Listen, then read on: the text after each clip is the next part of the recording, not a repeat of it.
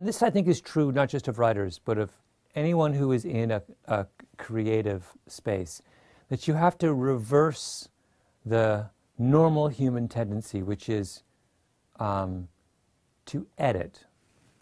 So a lot of, and occasionally, this is, I think, a source of a great deal of frustration that exists between people in creative and non-creative universes, which is that creative people, I think, are trying to, their lives and their brains are messy. Their imaginations are messy. Why? Because they don't want to throw anything out.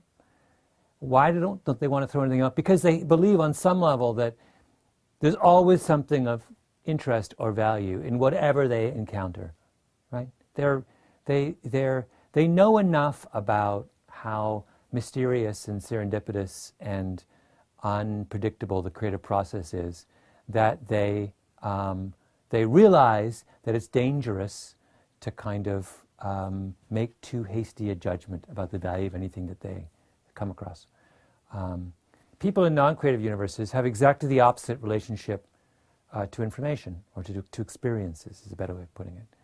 They're constantly, they'll see something and they'll say, is it relevant to what I'm doing? And if it's not, they should push it aside and focus on what their kind of task is. If you are Procter & Gamble and you're the head of Ivory Soap, your job is to sell more soap. And if you get distracted by some interesting but ultimately marginal subsidiary issue, you won't sell as much soap. Right? That's an extreme example, but that's a world that demands focus. If you're a surgeon and you're operating, you cannot let your imagination wander about some idiosyncrasy of the operation. Right? You have to kind of zero in.